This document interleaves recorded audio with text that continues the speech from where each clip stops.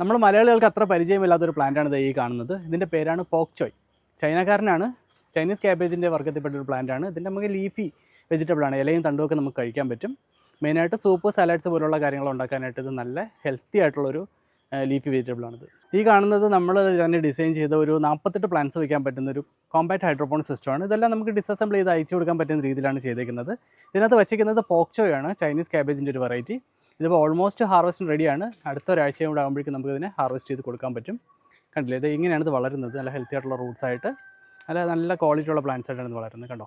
അപ്പോൾ ഈ ഒരു കോമ്പാക്ട് സിസ്റ്റത്തിൻ്റെ പകുതി വരുന്നത് 24 പ്ലാന്റ്സ് വളർത്താൻ പറ്റുന്ന വേറൊരു സിസ്റ്റമും നമ്മൾ ഡെവലപ്പ് ചെയ്തിട്ടുണ്ട്.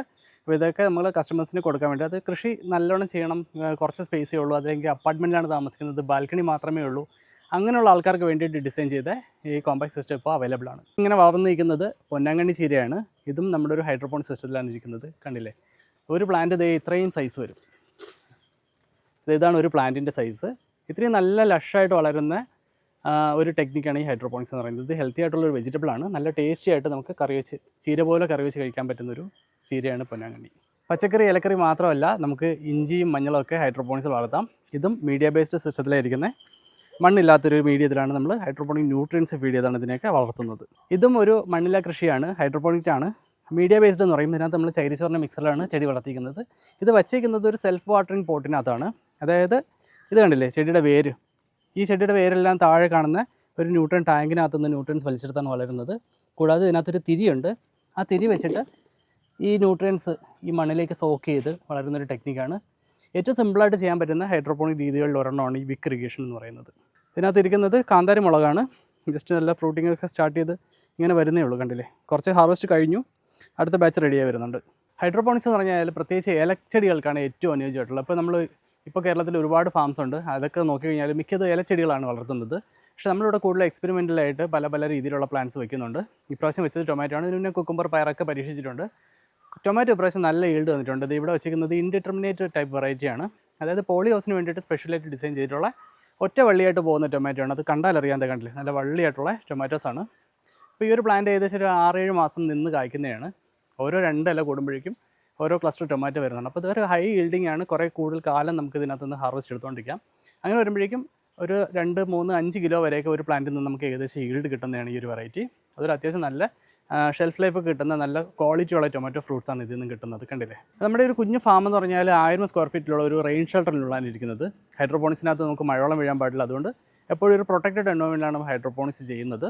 ഇതിനകത്ത് ഹൈ ഡെൻസിറ്റിയാണ് വെച്ചിരിക്കുന്നത്. അതായത് ഒരു പ്ലാന്റ്സ് വളരെ ക്ലോസ് ആയിട്ട് അടുക്കി വെച്ചിരിക്കുന്ന പ്ലാന്റ്സ് ആണ്. അതുകൊണ്ട് തന്നെ 1000 സ്ക്വയർ ഫീറ്റിൽ നമുക്ക് 400 പ്ലാന്റ്സ് വെക്കാൻ പറ്റും ഇതിനകത്ത് നിന്ന്. ഹൈഡ്രോപോണിക്സ് എന്ന് പറഞ്ഞാൽ ഈ ഒരു കൃഷി ഇപ്പോൾ ഒരുപാട് ആൾക്കാർക്ക് അറിയാം, കുറേ ആൾക്കാർ ചെയ്യുന്നുണ്ട്. എന്നാൽ ഇത് ആദ്യമായിട്ട് കാണുന്ന ഒരാൾക്ക് ഇത് എന്താണെന്ന് ഞാൻ പറഞ്ഞുതരാം.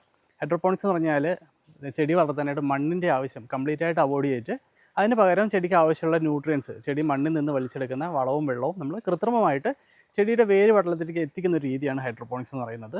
അപ്പോൾ ഇതിനേക്ക് വേണ്ടി കുറച്ച് സിസ്റ്റംസ് വേണം. നമ്മളിവിടെ ഉപയോഗിക്കുന്നത് ഡീപ് ഫ്ലോ ടെക്നിക്ക് എന്ന് പറയുന്നൊരു സിസ്റ്റമാണ്. ഇതുകൂടാതെ NFT ഉണ്ട്, ഡച്ച് ബക്കറ്റ് ഉണ്ട്, മീഡിയ ബേസ്ഡ് ഉണ്ട്. അപ്പോൾ അതെല്ലാം പല രീതിയിലുള്ള ഹൈഡ്രോപോണിക് സിസ്റ്റംസ് ആണ്. ബേസിക്കലി ഇത് ചെയ്യുന്നത് എന്താ വെച്ചാൽ ചെടിയുടെ വേരിലേക്ക് ചെടിക്ക് ആവശ്യമുള്ള ന്യൂട്രിയൻസ് കൃത്രിമമായിട്ട് എത്തിക്കാന്നുള്ളത്, ആ ഒരു ധർമ്മം മാത്രമേ ഇത് ചെയ്യുന്നുള്ളൂ. ഇവിടെ വെച്ച് കഴിഞ്ഞാൽ നമ്മളിപ്പോൾ വെച്ചിരിക്കുന്നത് പൈപ്പിനകത്താണ്, 6 ഇഞ്ചിൻ്റെ PVC പൈപ്പിനകത്താണ് വെച്ചിരിക്കുന്നത്.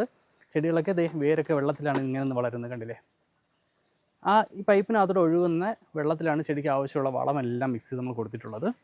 അപ്പോൾ ആ ഒഴുകുന്ന വെള്ളത്തിൽ നിന്ന് വെള്ളവും വളവും ഒക്കെ വലിച്ചെടുത്ത് നമ്മുടെ ചെടികൾ നല്ല ഹെൽത്തി ആയിട്ട് വളരും. മണ്ണില്ലാത്ത കൃഷി രീതി എന്ന് പറയുമ്പോഴേക്കും നിങ്ങൾക്കൊരു ഡൗട്ടുണ്ട്, ഇതെന്തോ ഒരു ടെക്നിക്ക് ഉപയോഗിച്ചുണ്ടാക്കുന്നൊരു ടൊമാറ്റോസാണ്. അപ്പോൾ ഇതിന് നമുക്ക് മണ്ണിൽ വളർത്തുന്ന ഒരു ക്വാളിറ്റി കിട്ടുന്നുണ്ടോ എന്നൊരു ഡൗട്ട് ഉണ്ടാവും. പക്ഷേ ഇതിൻ്റെ കാര്യം പറയുകയാണെങ്കിൽ നമ്മൾ മണ്ണിൽ വളർത്തുന്നതിനേക്കാളും ക്വാളിറ്റി കൂടിയ ടൊമാറ്റോസാണിത്.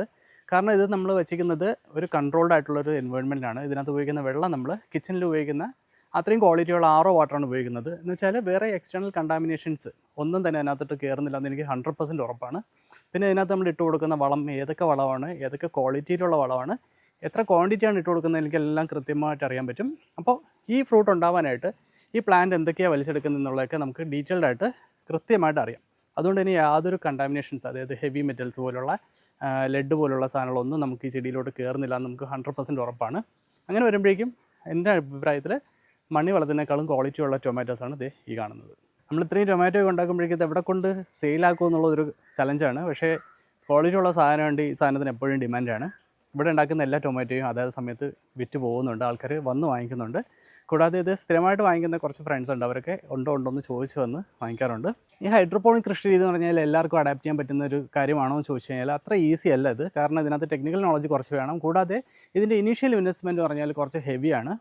പക്ഷേ നമ്മൾ ലോങ് റണ്ണിൽ നോക്കുമ്പോഴേക്കും നമുക്ക് ഇതിൽ നിന്ന് കിട്ടുന്ന ആദായം, പിന്നെ പ്ലാന്റ്സിൻ്റെ ഹെൽത്ത്, നമുക്ക് കിട്ടുന്ന ക്രോപ്പിൻ്റെ ഈൽഡ്, നമ്മൾ ഇതിനകത്ത് ഇടുന്ന എഫേർട്ടിൻ്റെ കണക്ക്, പിന്നെ ഈ സിസ്റ്റത്തിൻ്റെ ലൈഫ്, അങ്ങനെയുള്ള കാര്യങ്ങളൊക്കെ വെച്ച് നോക്കുമ്പോഴേക്കും മണ്ണിൽ ചെയ്യുന്നതിനേക്കാൾ ഇത് ലോങ് റണ്ണിൽ ലാഭകരമായിട്ടാണ് എനിക്ക് ഫീൽ ചെയ്തിട്ടുള്ളത്. പക്ഷേ നമുക്ക് മണ്ണിൽ കൃഷി ചെയ്യാനുള്ള സാഹചര്യമില്ല. നമ്മളിപ്പോൾ ഒരു വർക്ക് ചെയ്യുന്ന ആളാണ്, അല്ലെങ്കിൽ ഒരു ഫ്ലാറ്റിലോ അപ്പാർട്ട്മെൻറ്റിലോ താമസിക്കുന്ന ആളാണ്. മണ്ണിൽ കൃഷി ചെയ്യേണ്ട തീരെ അവസരം ഇല്ലെങ്കിൽ നമുക്ക് ഏറ്റവും ഈസി ആയിട്ട് നന്നായിട്ട് അഡാപ്റ്റ് ചെയ്യാൻ പറ്റുന്ന ഒരു മോഡലാണ് ഈ ഹൈഡ്രോപോണിക് കൃഷി രീതി. ഞാൻ നേരത്തെ പറഞ്ഞ പോലെ നമ്മളിപ്പോഴും ഒരു കൊമേഴ്ഷ്യൽ സ്കെയിലല്ല ഈ ഒരു ഹൈഡ്രോപോണിക് ഫാം കൊണ്ടുപോകുന്നത്, നമ്മുടെ പാഷൻ്റെ മേളിൽ കൊണ്ടുപോകുന്നതാണ്. പക്ഷേ ഇതിൽ നിന്നൊരു ആദായം കിട്ടണമെങ്കിൽ നമ്മൾ ഈ ഒരു സ്കെയിലിൽ ചിന്തിച്ചാൽ പോരാ. കാരണം നമുക്ക് സ്ഥിരമായിട്ട് മാർക്കറ്റിൽ നിൽക്കുന്നെങ്കിൽ എപ്പോഴും നമുക്ക് പ്രൊഡ്യൂസ് കൊടുത്തുകൊണ്ടിരിക്കണം. ടൊമാറ്റോയുടെ കേസ് എടുക്കുകയാണെങ്കിൽ നമുക്കൊരു എക്സാമ്പിൾ പറയുകയാണെങ്കിൽ ഒരു 6 മാസം വേണ്ടി വരും ചെടി വളർന്നൊന്ന് സെറ്റായി വരാനായിട്ട്. അപ്പോൾ ആ 6 മാസം നമുക്ക് വേറൊരു ബാച്ച് അപ്പുറത്തെ സൈഡിൽ റെഡി ആയിട്ടുണ്ടാവണം.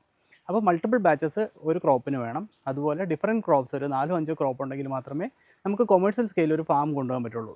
അപ്പോൾ ആ ഒരു സ്കെയിലിൽ ചിന്തിക്കുന്ന ആൾക്കാർ ഈ ഒരു കാര്യം പ്രത്യേകം ശ്രദ്ധിക്കുക.